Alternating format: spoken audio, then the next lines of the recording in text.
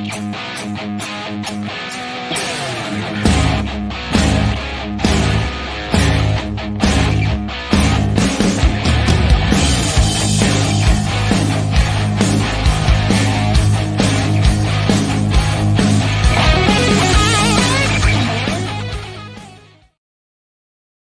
the Solo Shot Sports Podcast. I'm your host, Dominace.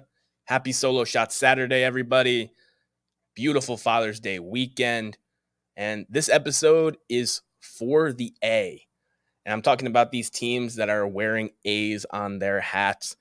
And you can't start anywhere else when you're talking about the A's than the Oakland Athletics, who had a reverse boycott, which was really exciting to see. Instead of not showing up to the games, they decided to pack the house at the Oakland Coliseum for the first time in a few years. And it was like playoff atmosphere in there. They won their first game of the series against the Rays, the best team in baseball, to cap off a 7-game win streak.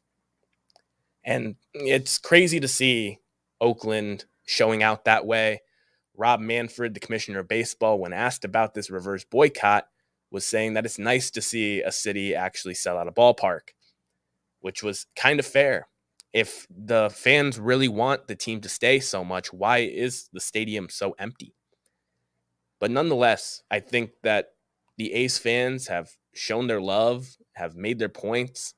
This is an organization that I've said on this show when they first announced they were moving to Las Vegas, that it's integral in the history of baseball. It's a team that hasn't always had a consistent home, but has always been part of the legacy of baseball, whether they were in Philadelphia, Kansas City, Oakland, or now, unfortunately, confirmed to be Las Vegas. They pushed through the accords to get that done.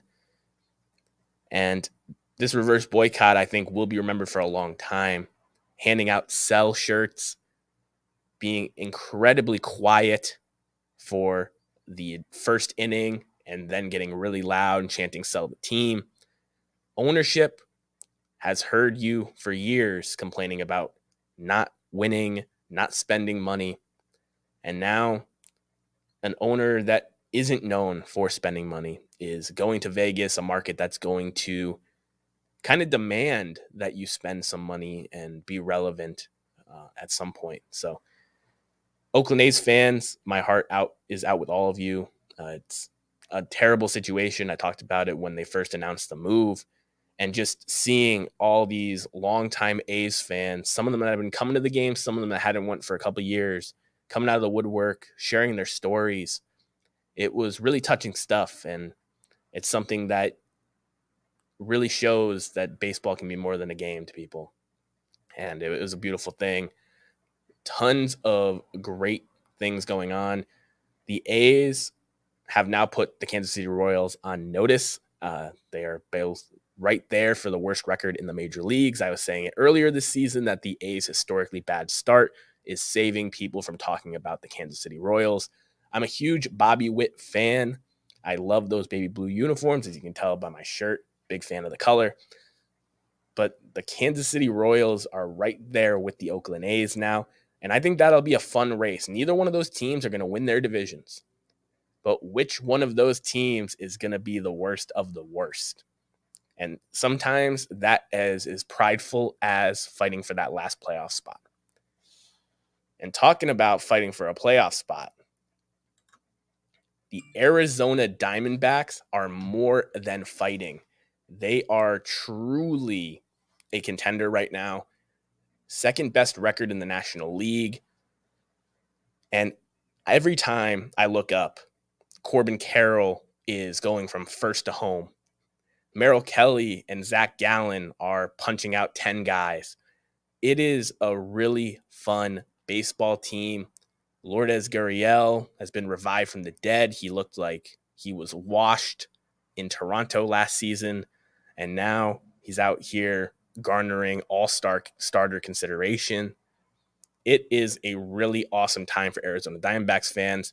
I've given them their flowers here and there on the show, but this Cinderella story is really starting to materialize itself into, this isn't just a team that was able to adapt to the new rules faster. This is a team that has the ability to build for the long haul.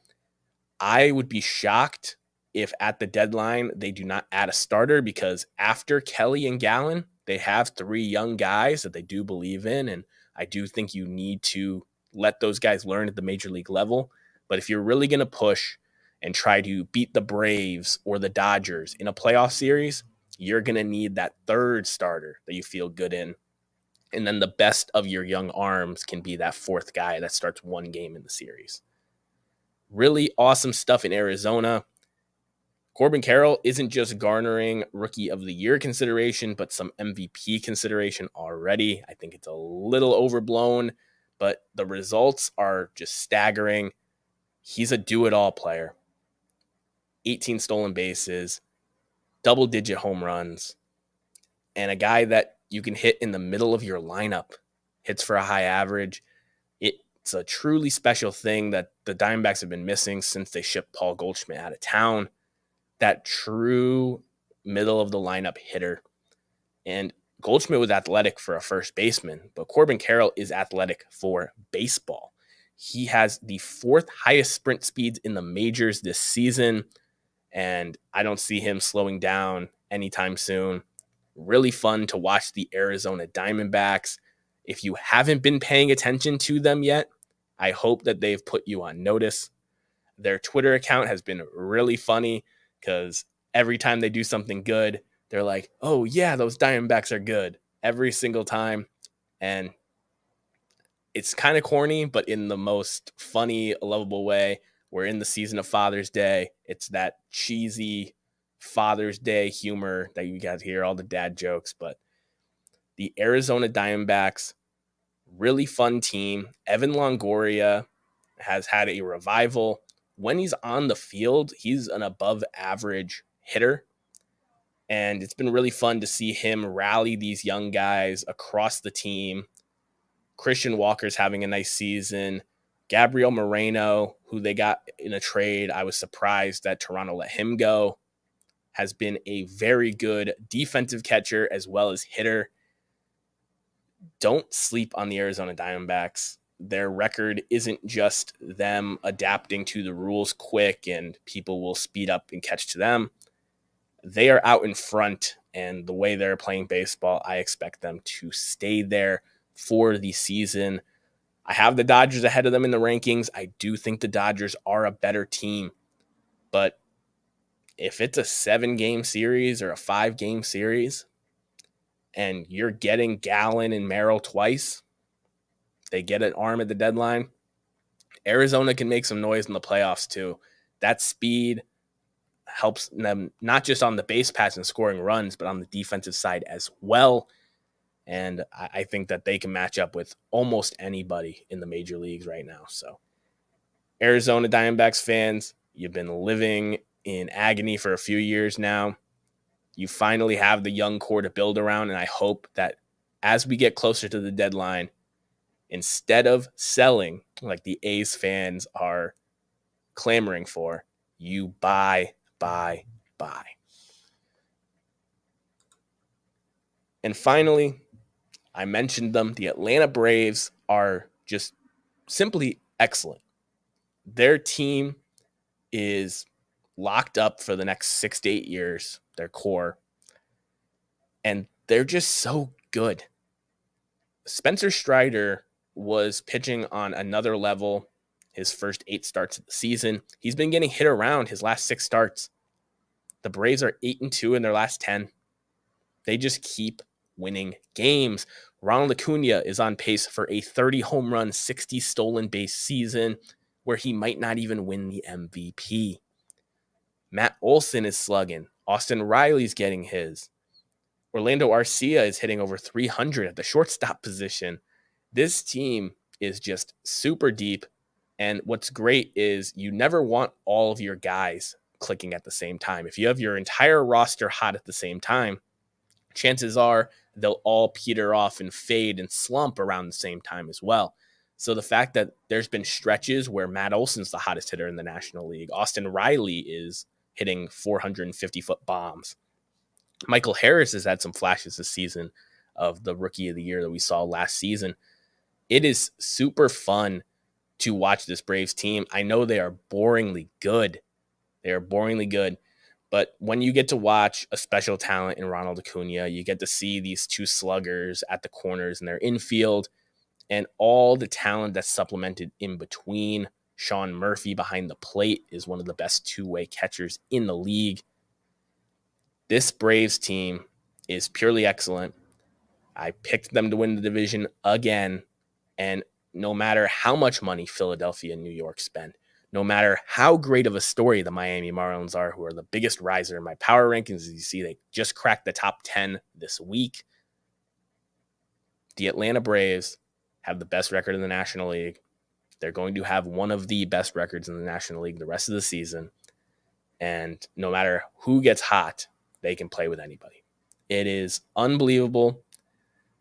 All my Braves fans out there, I'm sure you're feeling really good, not just because of what you're currently doing, but because the main core you have is all in their 20s. You have them locked up through their 20s into their 30s, their prime years. It's unfair. Other teams have tried to repeat it, but just like the Tampa Bay Rays, nobody has quite been able to match what the Braves have done. Alex Anthopoulos is a contract genie.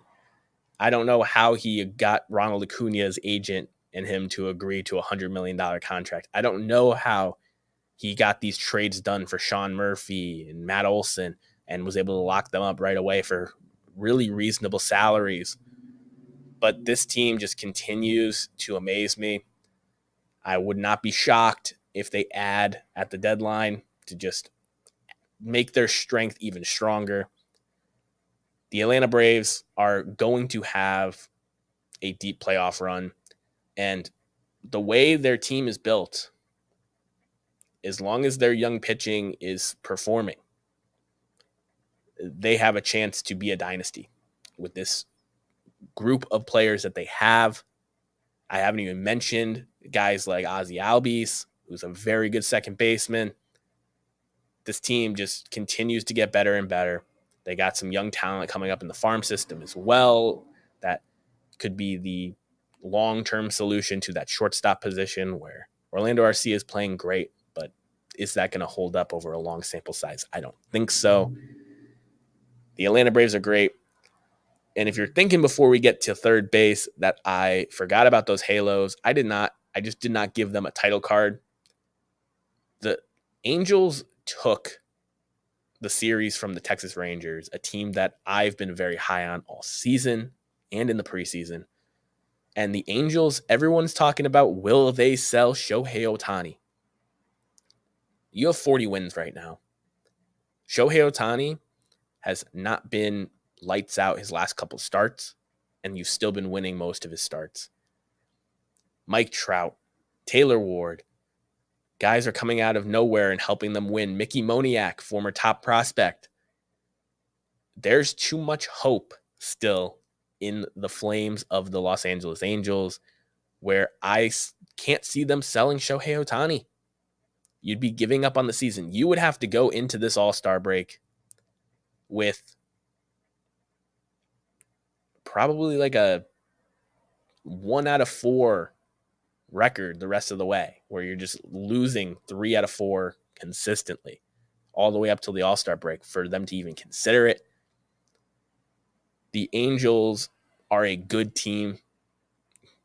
If they had pitching, they'd have the ability to maybe be a great team. That Anthony Rendon contract is going to hurt them for a long time.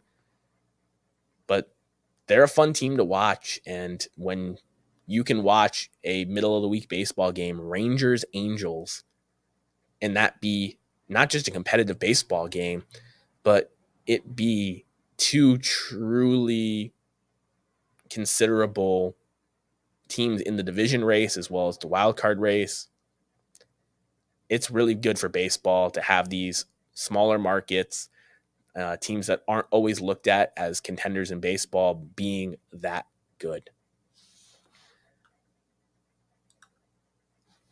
When we run down the third base line, I like to throw it back to a moment in sports history, and there was a lot of good ones today. For June 17th, Paul Wainer joined the 3,000 hit club, and at first base, he actually called over to the scorekeeper and said he didn't want his 3,000 hit counted. That was super interesting to read about.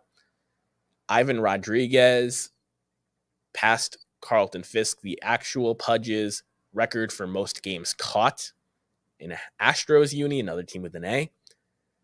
But I have my bias. Ted Williams is one of the greatest hitters that ever lived. I'm a Red Sox fan, obviously. He joined the 500 home run club. He was the only fourth member to do so on this date in 1960. He did so at the Municipal Coliseum against Cleveland. And that was just an amazing moment for him to get that home run, the end of his career, and then pass the torch over to Carl Yastrzemski. But this is not the only 500 home run news from June 17th. June 17th, 1970. Willie Mays hit his 615th career home run, and Ernie Banks hit his 504th career home run in a Giants win. This was the first game in Major League history where two members of the 500 home run club homered in the same game. Now, you'll be sitting there and give me examples that have happened maybe before that, where it was a Harmon Killebrew and a Mike Schmidt or something like that. But this statistic is like the ESPN statistics where it's very specific. They were both actively in the 500 home run club and homered in the game. So there's been plenty of matchups in Major League Baseball history where members of the 500 home run club have both homered in the same game. But the fact that they were both actively in the 500 home run club, Ernie Banks at the very end of his career, Willie Mays coming towards the end of his good years, really special thing. 3 500 home run legends, Teddy Ballgame joining the club on this date in 1960, and Willie Mays and Ernie Banks making history for the 500 home run club in 1970. Before I get out of here, just got to have some thanks. First off, to all the fathers out there, all the amazing fathers, including mine. Thank you so much for all the support that you give that your kids' friends, all the people that look up to you, whether that's at work or at home.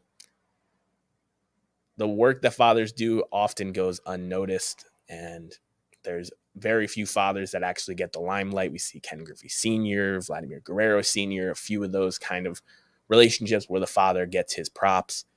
But a lot of dads kind of have a thankless job. So I wanted to shout out all the amazing fathers out there. I hope that you guys have an amazing Father's Day weekend. I hope that your kids all spend time with you and make you feel special on this weekend. We all appreciate you endlessly. And the other thanks that I have is to all of you that have supported me, both on YouTube, those of you that are listening on Spotify, and those of you that have went and checked out the TikTok. I've kind of out of my skis with that one, but it's been really fun doing the daily trackers that got us here to 1343 this week on the Solo Shot Swag tracker. Fun to make these quick videos. I hope that some of you who have came over from TikTok are enjoying the content as well. Got some more things that I've been kind of thinking about to add to that as well. And it's just a lot of fun to get out there, talk baseball. If you got any suggestions or questions for the show, feel free to reach out to me on Twitter at DominicMana44. Blessed to be seeing 24 years this weekend, and I'm looking forward to many more Solo Shot Saturdays with all of you. I appreciate you guys always as watching, and I will catch you guys in the next one. Peace.